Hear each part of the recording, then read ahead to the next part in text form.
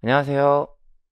네, 이번 시간에는 2025년 국가직 7급 경영학 해설 강의 진행하도록 할 건데, 일단 해설 문제 보기 전에 전체적인 총평 간단하게 말씀을 드리면, 일단 전체적으로요, 경영학의 전 분야들이 골고루 출제가 된 경향들을 보이고 있고, 사실 이건 뭐, 올해뿐만 아니라 매년 그래왔던 거니까 그렇긴 한데, 어쨌든 전체적으로 좀 골고루 출제가 된 상황이라고 보시면 되고, 역시나 그러면서도 불구하고 약간 살짝 좀 지엽적인 문제들이 한두 문제 정도 있긴 있었거든요. 예, 근데 그럼에도 불구하고 전체적인 문제의 난도가 생각보다 높지 않았어요. 그래서 그 예전 시험하고 좀 비교해 보면 좀 조금 체감 난도도 마찬가지지만 좀 쉽게 느껴지지 않았을까라는 생각이 드는 거고, 그래서 전체적인 난도는 한 중간 정도, 중 정도, 그러니까 상중하로 나눴을 때 한 중 정도의 난도, 예, 그 정도 난도였다고 보시면 돼요. 그래서 그 정도 가지고 그냥 간단하게 총평 말씀드리고 넘어가는 거고, 이제 문제 하나씩 하나씩 확인해 보도록 할 거고, 1번부터 보겠습니다. 테일러의 과학적 관리에 대한 설명으로 옳지 않은 것은 1번 작업에 알맞은 사람을 선발하였다. 2번 차별 성과급제를 최소임금제로 대체하였다. 3번 조직 속의 인간의 기계화라는 비판을 받았다. 4번 시간과 동자 연구를 기초로 산출한 과업량을 작업자에게 배정하였다. 역시나 테일러 과학적 관리법 차별 성과급제 주장한 거 맞죠? 근데 이게 최소임금제로 대체한 건 아닌 거잖아요. 그래서 2번이 옳지 않은 설명이라고 보시면 되고요. 그래서 1번 문제 정답 2번 확인하시면 되는 거고, 다음 2번 경영 전략에 대한 설명으로 옳지 않은 것은 1번 관련 다각화는 범위의 경제 효과가 높다. 예, 관련 다각화는 범위의 경제와 관련돼 있죠. 2번 신발 제조업체가 신발 판매를 직접 하는 것은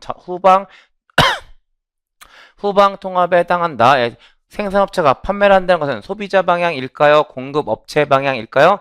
소비자 방향이 되는 거고, 소비자 방향은 전방, 공급업체 방향은 후방이 되는 거죠. 그래서 신발 제조업체가 신발 판매를 직접 하는 것은 후방 통합이 아니라 전방 통합에 해당한다라고 보시면 돼. 그래서 2번이 옳지 않은 설명이라고 보시면 되고, 다음 3번 비관련 다각화는 여러 산업에 참여함으로써 경영 위험을 분산시킬 수 있다. 예, 비관련이라는 것은 상관관계가 낮다란 의미를 가지고 있으니까 당연히 복합하면 경영 위험을 분산시킬 수 있는 거죠. 4번 수익적 통합은 원재료 공급에서 생산과 판매에 이르는 단계 중 전방 또는 후방 단계를 통합하는 전략이다. 역시나 문제 없죠. 그래서 2번 문제 정답 2번 확인하시면 되는 문제인 거고요.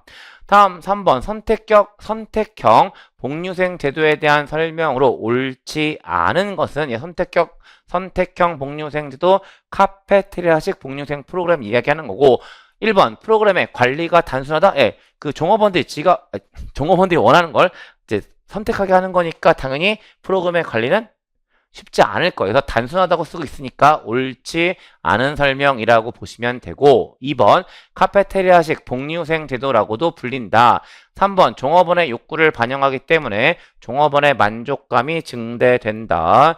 4번 기업이 제공하는 복리후생 항목들에 대한 선택권을 종업원에게 부여한다. 나머지는 문제 없죠. 그래서 3번 문제 정답 1번 확인하시면 되는 거고, 다음 4번 성과평가에 대한 설명으로 옳지 않은 것은 1번 서열법은 근무 성적이나 근무 능력 등에 대해 피평가자의 순위를 정하는 방법이다.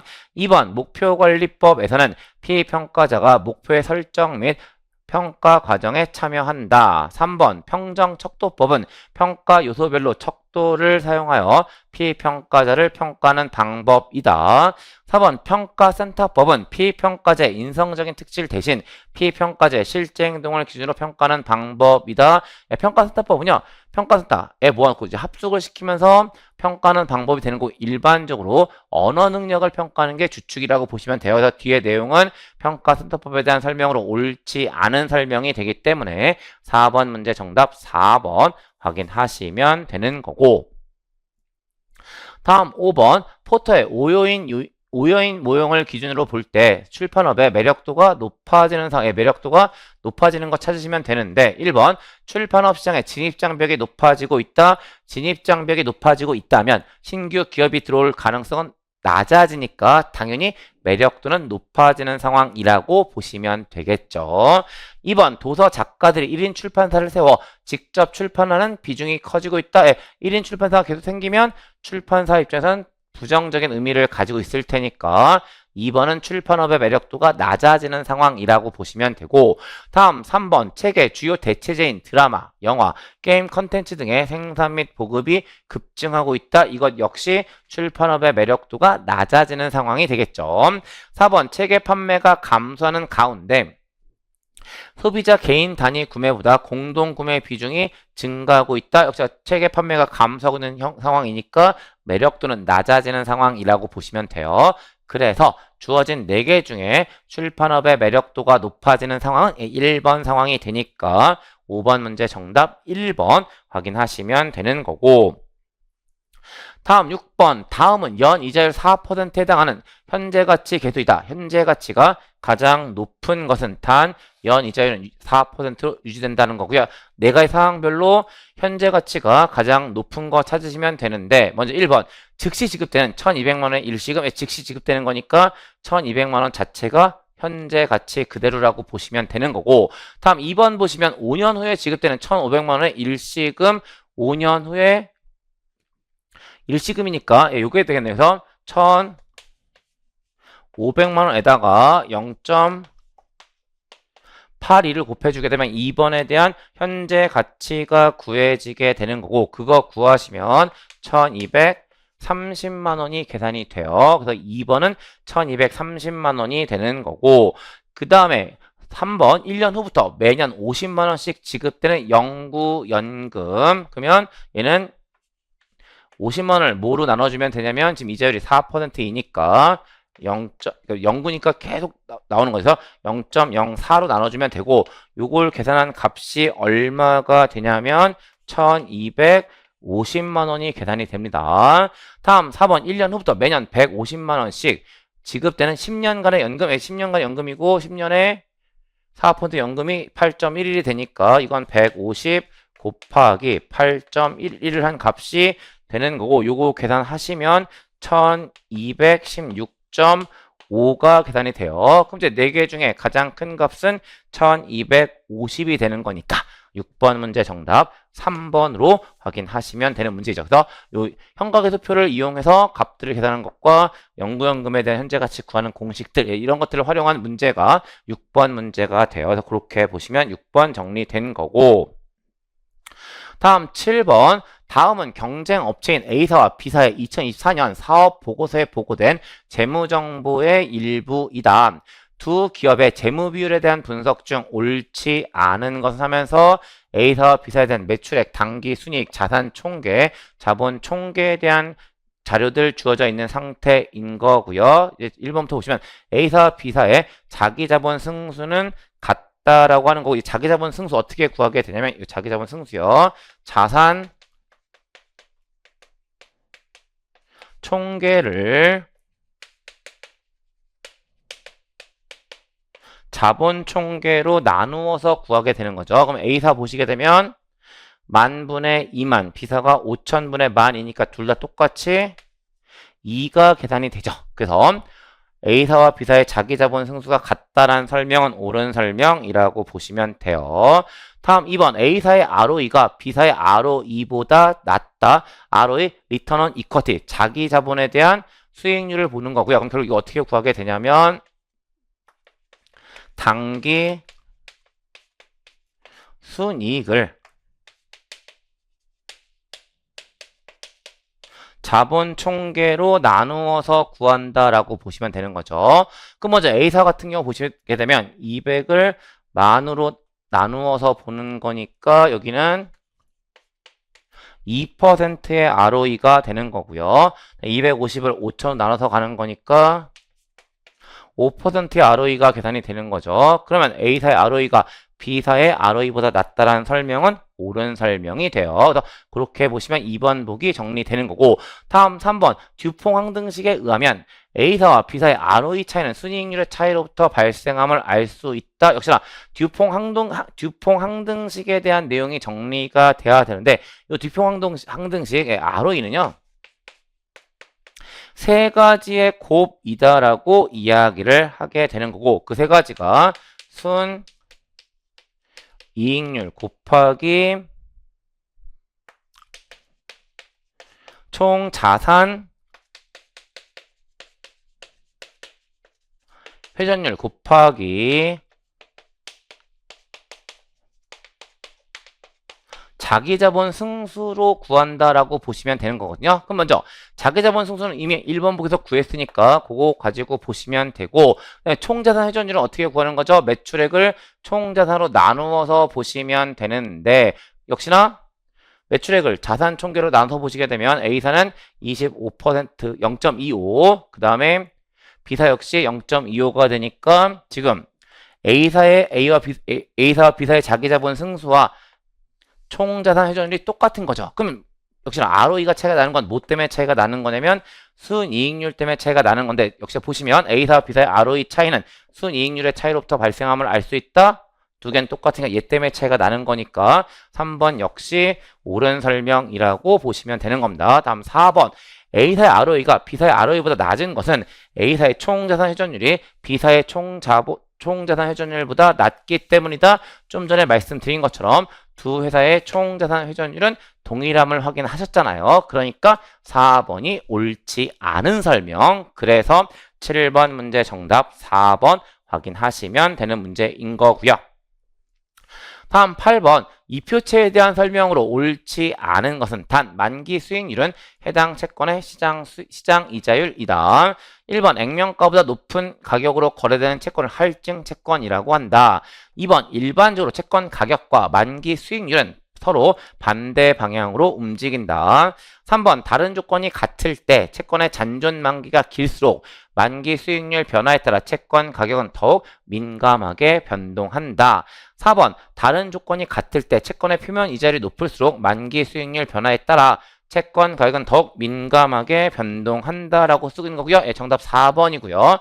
표면 이자율이 높을수록이 아니라 표면 이자율이 낮을수록 만기 수익률 변화에 따라 채권 가격은 더욱 민감하게 변동을 하게 되는 거죠. 그래서 8번 문제 정답 4번 확인하시면 되고, 다음 9번. 포터의 본원적 경쟁 전략에 대한 설명으로 옳지 않은 것은 1번 집중화 전략은 원가 우위에 기초한 저가 시장에는 사용할 수 없다. 예, 집중화 전략 다시 두 가지로 나누어지죠. 집중화된 원가 우위 전략과 집중화된 차별화 전략으로 나누어지니까 집중화 전략 역시 원가 우위에 기초한 저가 시장에도 사용할 수 있어요. 그래서 1번이 옳지 않은 설명이라고 보시면 되고, 2번 원가 우위를 달성하는 방법에는 규모의 경제, 학습 효과 등이 있다. 3번 본원적 경쟁 전략에는 차별화 전략, 원가 우위 전략, 집중화 전략이 있다. 4번 고객에게 독특한 가치를 제공함으로써 차별화 우위를 획득할 수 있다. 나머지 문제 없어요. 그래서 9번 문제 정답 1번 확인하시면 되는 문제이고, 다음 10번 아담스의 공정성 이론에 대한 설명으로 옳은 것은이죠. 1번 어떤 요소가 사람들에게 동기부여를 일으키는지 설명하는 내용 이론에 해당한다. 아담스의 공정성 이론은 과정 이론에 해당하죠. 그래서 1번은 옳지 않은 설명이라고 보시면 되고, 다음 2번 자신의 노력 대비 보상의 비율을 준거 인물의 해당 비율과 비교하여 공정성을 판단한다. 요거 옳은 설명. 2번 노력하여 성과를 달성하고 성과에 대한 보상이 기대보다 클 경우 공정성을 높게 지각한다.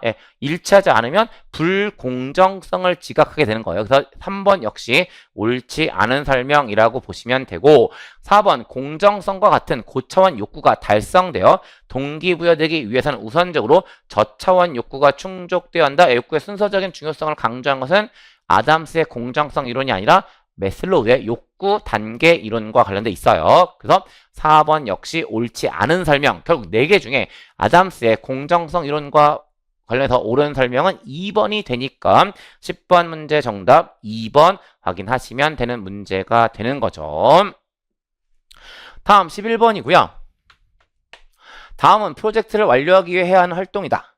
주 경로를 활용하여 이 프로젝트의 최단 완료 시간은 여기서 주 경로 가장 오랜 시간이 걸리는 경로가 주 경로라고 보시면 되고 표 두 개가 들어가 있는 상태인데 이 표 가지고 일단 네트워크를 완성하는 게 가장 중요한 얘기죠. 그래서 A, B, C, D, E, F, G, H까지 해서 직전 선행 활동이 들어가 있고 각 활동에 대한 소요 시간이 들어가 있는 상태니까 일단 이 표 가지고 그림을 좀 그려보시면 될 듯한데 먼저 A를 직전 선행 활동으로 그러니까 A는 이제 직전 선행 활동이 없으니까 제일 앞에 오는 거고 이 A를 직전 선행 활동으로 가지고 있는 활동이 B가 되니까 A 다음에 B가 오는 형태가 되는 거죠. 그 다음에 이 B를 직전 선행 활동으로 가진 활동이 두 개 C와 D니까 어떤 형태의 그림이 되는 거죠? B 다음에 C가 이루어져야 되고 그 다음에 D가 이루어져야 되는 상태인 거예요.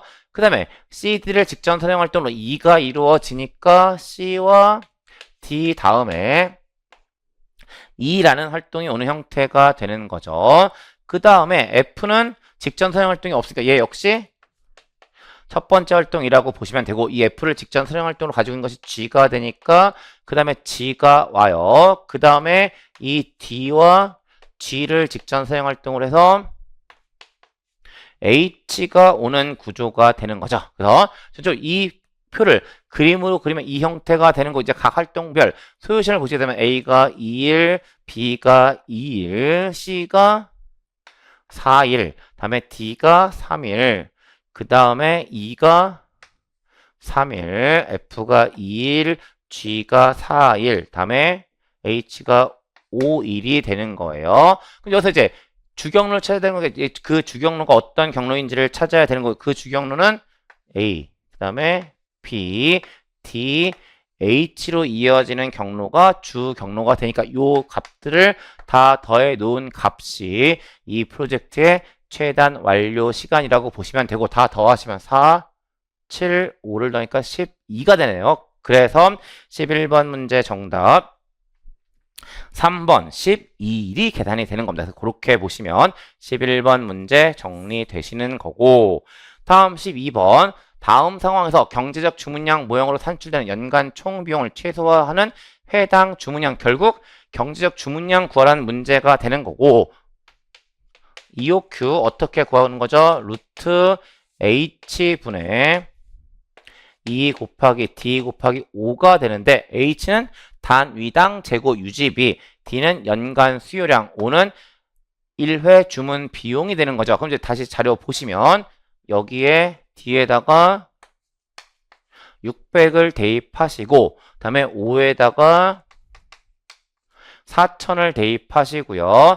다음에 연간 재고 유지비용이 3,000원이니까 H에다가 3,000을 대입해서 푸시면 되는 거죠. 그래서 이렇게 푸시게 되면 이게 얼마로 값이 계산이 되냐면 40이 계산, 그래서 이게 1600에다 루트 씌우니까 40이 계산이 될 거예요. 그래서 12번 문제 정답 2번으로 확인하시면 되는 문제가 되는 거죠. 12번 문제 그렇게 보시면 되고 다음 13번 성격의 빅5 모형에 대한 설명 중 옳은 것만을 모두 고르면 기억, 성실성이 높으면 책임감, 신뢰도, 규칙 준수 등의 정도가 높다. 니은 우호성, 개방성, 외향성 등 5가지 차원으로 개인의 성격을 설명한다. 딕은 5가지 차원을 토대로 25가지로 성격 유형을 나눈 후 유형별로 특징을 구체적으로 제시하고 있다. 얘가 잘못되어 있는 설명인데 빅5 모형에서 5가지는 성격의 유형을 구별하기 위한 기준이 5개인 거고 그 기준 5개를 보고자 하는 거지 구체적 유형이 몇 개로 나눠진지에 대한 얘기는 없어요. 그러니까 디귿은 옳지 않은 설명이라고 보시면 되는 거고 다음 리을 신경증성이 낮으면 스트레스를 잘 견디고 부정적 감정을 덜 경험하는 경향이 있다에 문제 없죠. 그래서 주어진 4개 중에 옳은 것은 기억, 니은, 리을이 되니까 13번 문제 정답 3번 확인하시면 되는 문제. 그래서 13번 문제 그렇게 보고 넘어가시면 되고 다음 14번 조작적 조건화 혹은 강화 이론에서 부적 강화에 해당하는 것은 이제 부적 또는 소극적 강화가 뭔지에 대한 내용들을 보시면 되는데 소극적 강화는 일단 목표가 바람직한 행동을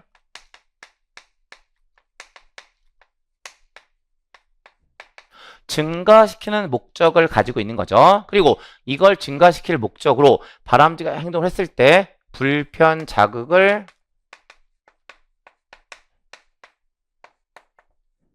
제거해주는 형태가 되는 거죠. 그럼 이제 결국 무슨 얘기냐면 기억을 하기 위해서 리을을 덜어주는 거에 의미를 가지고 있다라고 보시면 되는 거예요. 그럼 이제 그런 취지를 가지고 있는 내용들을 보시면 되는데 1번 기억을 한 종업원에게 디귿을 제공함으로써 종업원이 기억을 반복할 가능성을 증가시키는 것. 2번 니은을 한 종업원에게 리을을 제공함으로써 종업원이 니은을 반복할 가능성을 감소시키는 것. 3번 기억을 한 종업원에게 리을을 제공하지 않음으로써 종업원이 기억을 반복할 가능성을 증가시킨 것. 얘가 맞는 거죠. 그다음에 4번 디귿을 제공받기 위해 기억을 하던 종업원에게 디귿을 더 이상 제공하지 않음으로써 기억을 반복할 가능성을 감소시키는 것. 옳지 않아. 그래서 14번 문제 정답 3번으로 확인하시면 되는 거다. 그 다음에 이제 그 3번 제하고 1번, 2번, 4번도 각각 이제 그 강화 이론에 대한 형태로서 언급할 수 있는 부분들이 있는 거죠. 그래서 그 1번은 긍정적 또는 정적 강화에 대한 적적 강화에 대한 설명이라고 보시면 되는 거고요. 다음에 2번이 벌에 대한 설명이 되는 거고 4번이 소거에 대한 설명이 되어서 그 사실까지 추가적으로 이야기 드리면서 14번 문제 정답 3번 확인하시는 거고 다음 15번 다음 상황에서 피들러의 상황 이론을 기준으로 했을 때 가장 효과적인 리더십은 부서에 새로운 부서장이 부임함, 부서원들이 새로운 부서장을 불신하고 있음, 전임 부서장이 부서의 과업 구조를 잘 구조하였고 이것은 그대로 유지되고 있음. 회사는 새로운 부서장을 장기적으로 양성하려 하고 새로운 부서장은 부서원에 대한 강한 권력을 보유하고 있음인데 이게 어떤 얘기라고 보시면 되냐면 그러니까 피들러가 상황을 구별하기 위한 기준 모두 세 가지인 거고요. 그 세 가지가 바로 뭐냐면 리더와 부하 사이의 관계, 다음에 과업 구조, 다음에 리더의 직위 권력이 되는데 이게 뭐에 대한 얘기냐면 리더와 부하 사이에 관계에 대한 이야기라고 보시면 되고요. 다음 두 번째가 과업 구조라는 것이 되는 거고 다음에 마지막으로 세 번째가 리더의 지위 권력이 되는데 이 각각을 호의적이냐 비호의적이냐를 가지고 모두 8가지의 상황을 정리하는 거고 이 순서인 거죠. 그래서 잠깐 보시면 리더와 부하 사이의 관계가 호의적인지 비호의적인지에 대한 얘기가 되는데 지금 불신하고 있으니까 비호의적인 상황이 되는 거예요. 그 다음에 요 전자에서 과업 구조가 각각 호의적인지 비호의적인데 호의적이니까 다시 이제 이 상황으로 오는 거고요. 이걸 다시 두 가지로 나누게 되는데 지금 이 리더의 지위 권력이 강한 지위 권력을 가지고 있으니까 호의적인 상황이 되는 거죠. 그럼 결국 이제 그 8가지 상황들 중에 이 상황을 물어보고 있는 거고 이 상황은 전체적으로 중간 정도의 의미를 가진 상황이 되는데 일반적으로 호의성과 비호의성이 높아질수록 과업지향적 리더가 적합해지는 거고요.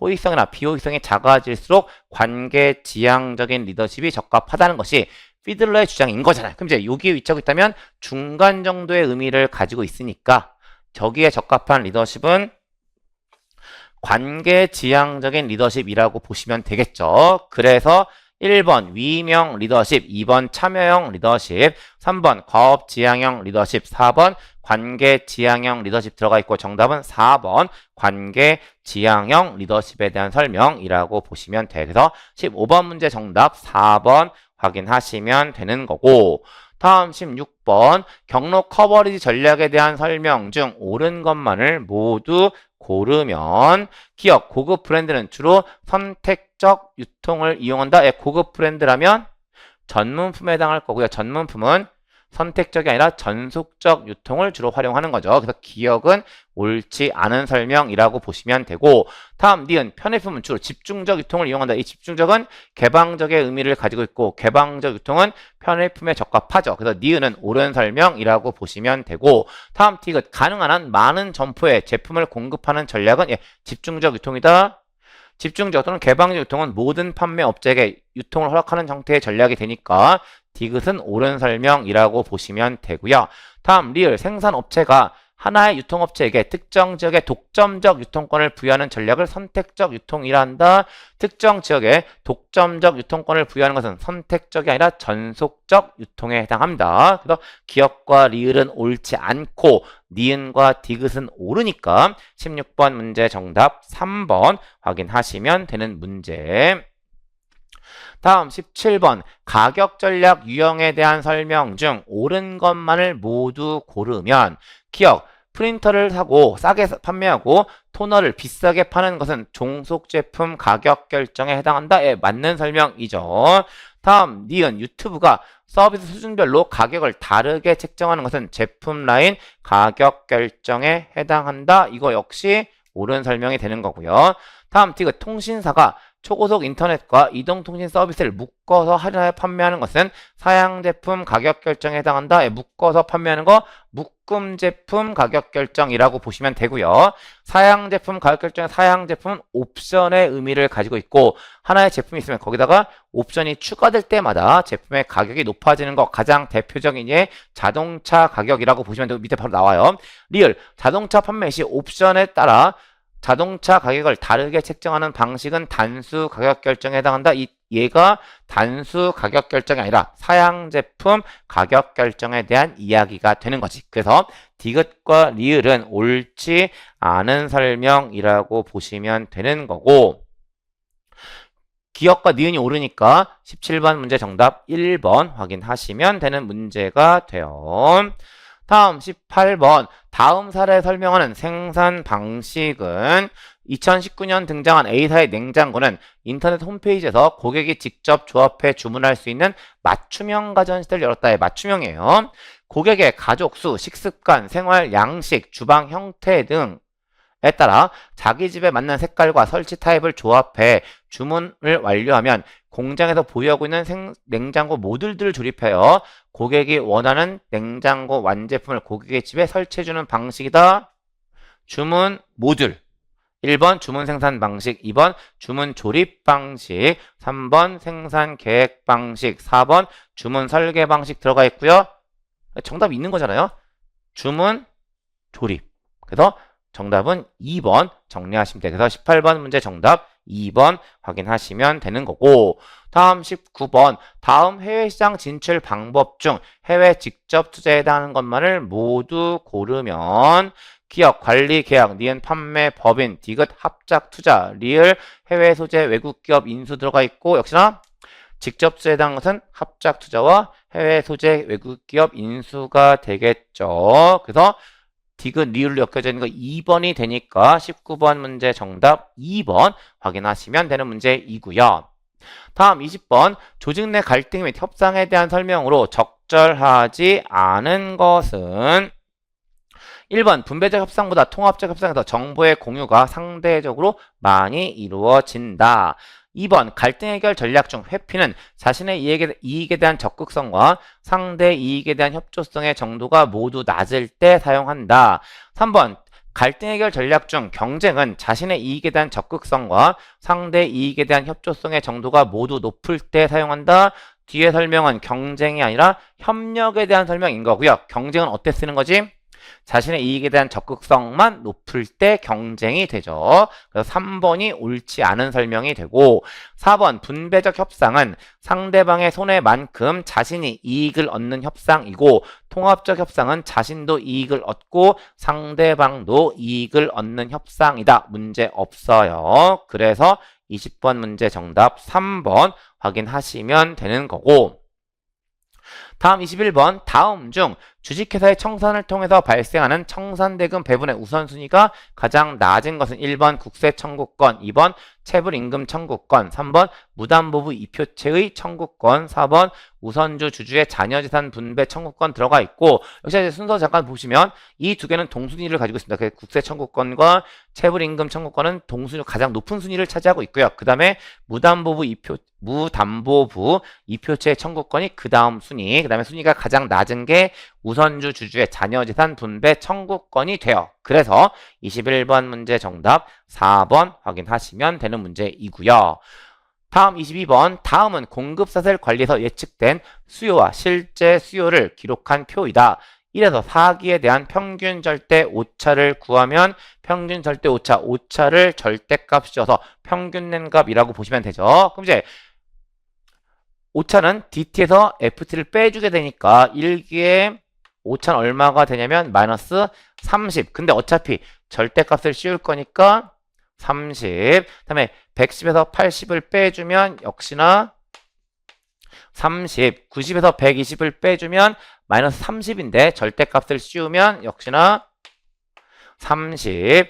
120에서 90을 빼주면 30. 결국 이걸 다 더해서 4로 나누어 주면 되는데 싹 다 32니까 평균 절대 오차 얼마로 계산이 되는 거지? 4번 30으로 계산이 된다라고 보시면 되는 거죠. 그래서 22번 문제 정답 4번 확인하시면 되는 거고, 다음 23번 다음 재고 관련 비용 중 재고 유지 비용에 해당하는 것만을 모두 고르면 기역 재고 품절 비용, 니은 재고관리 시설 용지 구매 비용, 디귿 재고관리 시스템 운용 및 취급 비용, 리을 재고관리 설비에 투하된 자본의 기회 비용 들어가 있고, 재고를 유지하는 것과 관련된 비용은 니은, 디귿, 리을이라고 보시면 되는 거죠. 그래서 23번 문제 정답 4번 확인하시면 되는 문제이고요.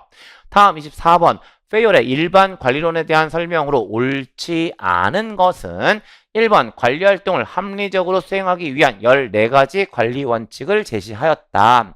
2번 관리 원칙 가운데 질서의 원칙에 의하면 인적, 물적 자원은 적재적소에 있어야 한다.